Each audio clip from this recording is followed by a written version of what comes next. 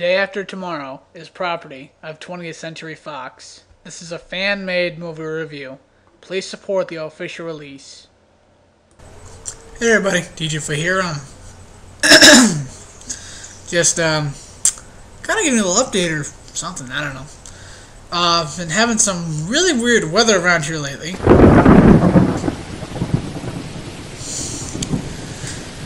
And well, here's my big thing. For some reason, I was unsubscribed to Godzilla 419, and well, you know who Godzilla 419 is. Oh, anyway, for some reason, I unsubscribed to him, and I never did it. And when I tried to resubscribe to him, it said like, due to third party or some kind of new policy that outside of YouTube you cannot resubscribe to Godzilla 419. I don't know. I tried to figure it out, but there was nothing. I couldn't find anything out.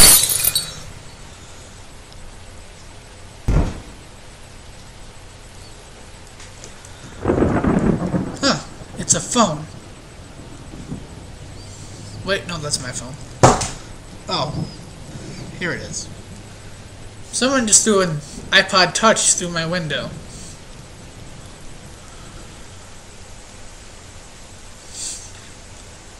Now, why would somebody do that? Huh. Oh! There's a message on here. It reads, Dear djufu, ha ha ha ha. We are the cause of the natural disasters. Ha ha ha ha. Natural disasters will continue. Ha ha ha ha.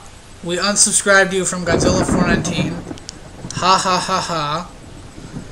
You cannot resubscribe to him ever. Ha ha ha ha. If you want to stop natural disasters, ha ha, then you must review the disaster movie that corresponds to the... God, this handwriting is terrible. That corresponds to the disaster occurring where you are. Ha ha. P.S. We killed Midna.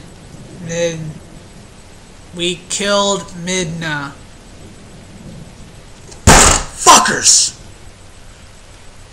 I'm gonna kill them all. Whoever the hell sent this, I'm gonna fucking kill him. Is there anything else? Signed, Ananorphsistan. Who the hell is Ananorph?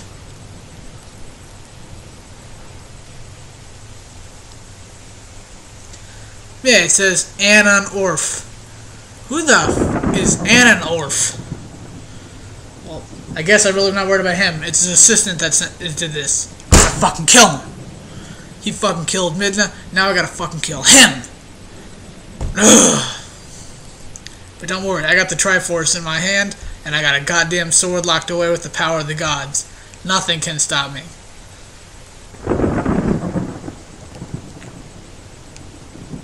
P.S. Ha ha. We have what can defeat your Triforce. Ha ha. Well, doesn't that figure? Alright, so what kind of disaster is happening right now? Let's see. Thunderstorms. Thunderstorms. I got it!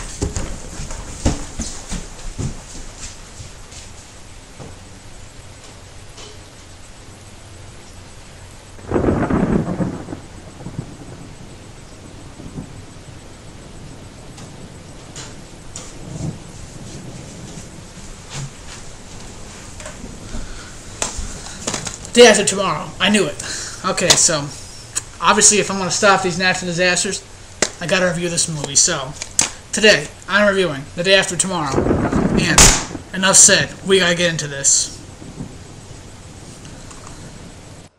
Okay, so The Day After Tomorrow starts out with our main guy.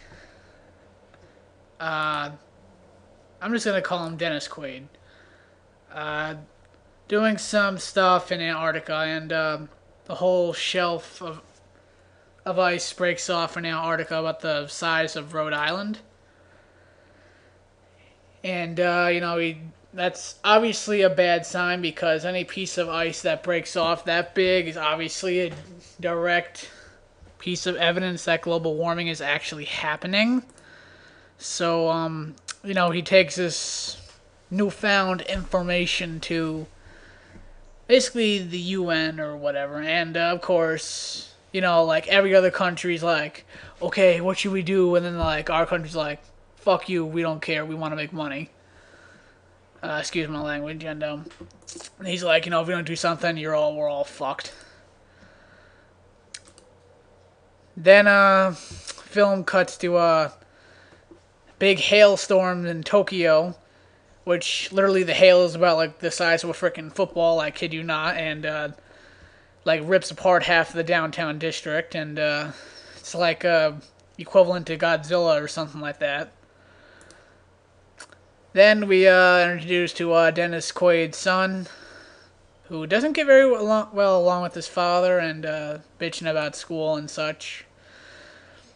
Then he's going to New York with this black guy who's his friend and hot chick who he totally wants to bone. And then these guys at this place in Scotland that monitors like buoys or whatever that take temperatures of the water or whatever. Everything starts going haywire as currency. I forget the temperatures. I think is going down or something. So ice age on the way.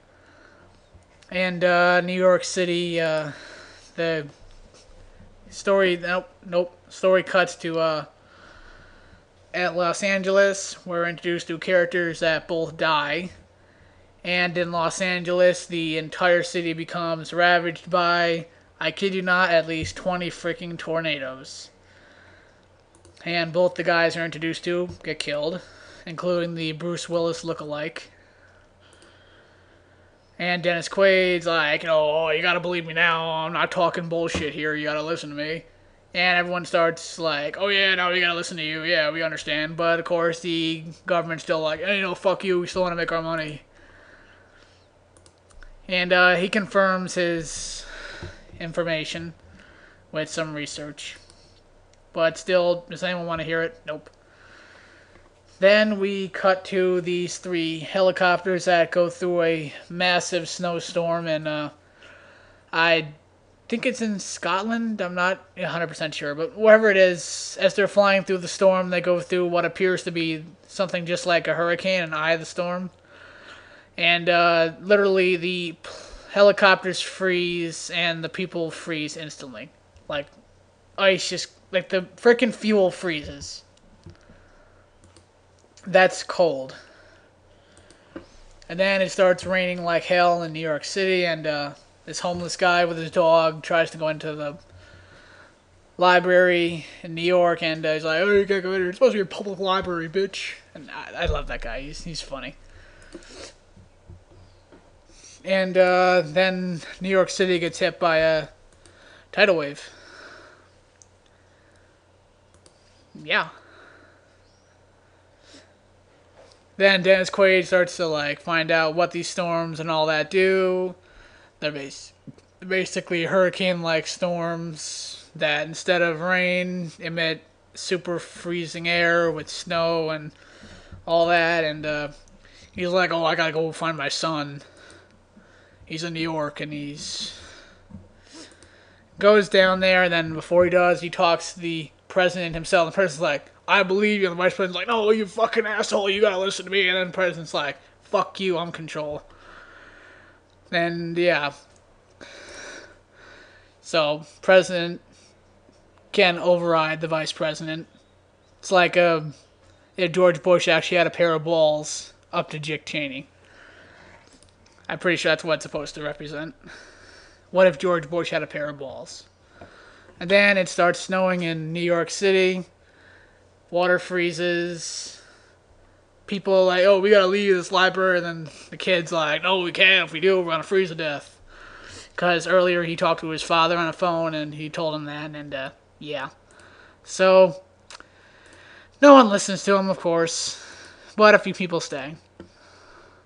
And then Dennis Quaid gets in the car with 3 of his friends, and they going down to find the son, and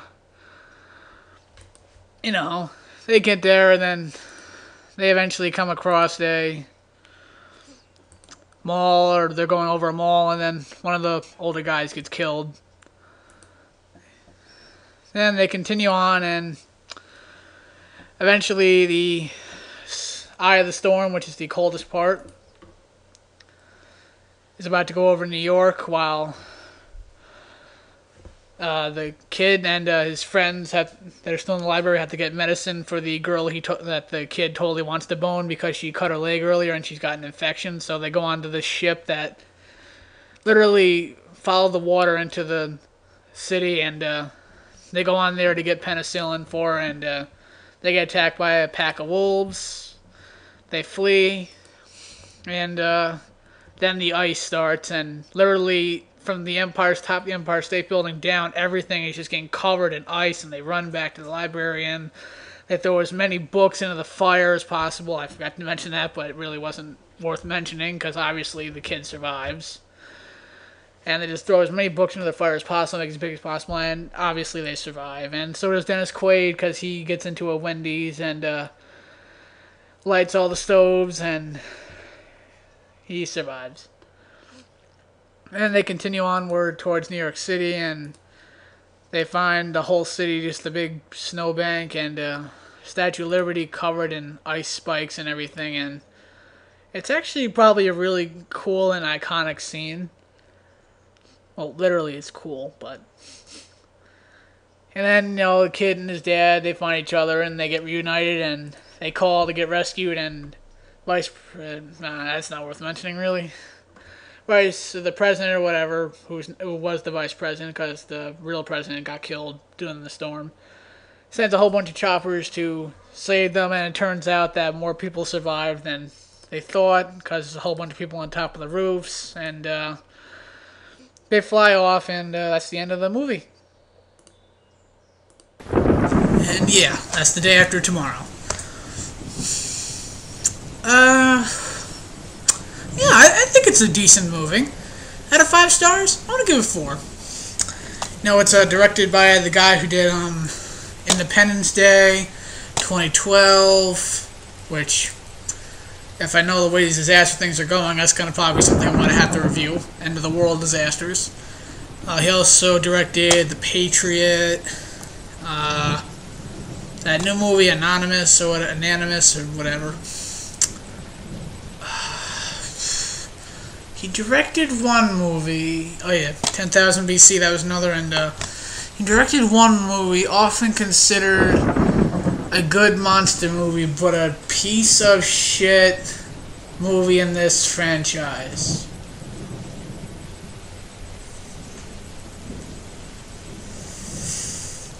Godzilla, 1998.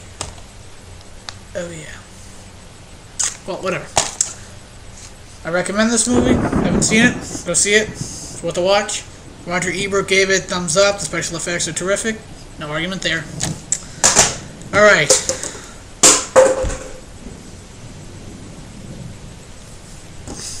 So, if that's what's happening here, that means natural disasters are happening all over the world. So that means I'm going to have to go to different parts of the world to save people. I can do it. If you believe in me, you would subscribe to my account and give me the freaking power I need.